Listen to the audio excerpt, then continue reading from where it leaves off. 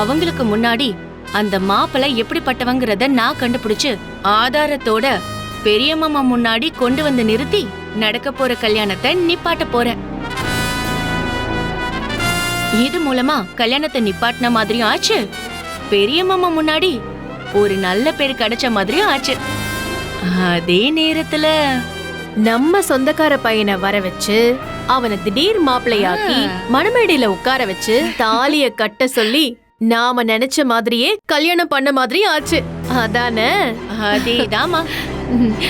தாமரை, அந்த தமிழ்ச்செல்வியும் கருப்பும் இந்த விஷயத்த செய்யறதுக்கு முன்னாடி நீ செஞ்சிருவல்ல? நீ ஒண்ணு கவலைப்படாதமா, உன் மகன் நினைச்சத முடிக்காம விடவே மாட்டா. நான் இப்பவே போறேன்.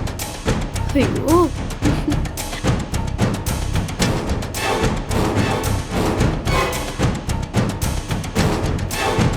நான் போயிட்டு வரேன்.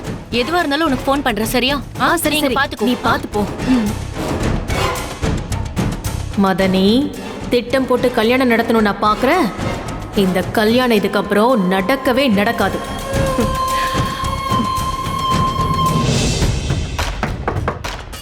யாரு? சேது வந்திருக்குமா? சேது, வாப்பா. என்னப்பா, சின்னம்மாவை தேடி ரூமுக்கே வந்துட்ட? என்ன விஷயம்?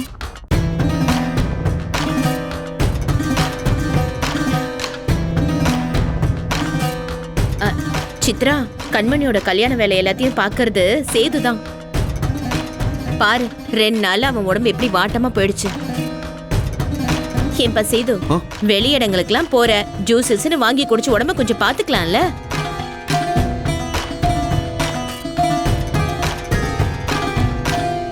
என்னப்பா அமைதியா இருக்க?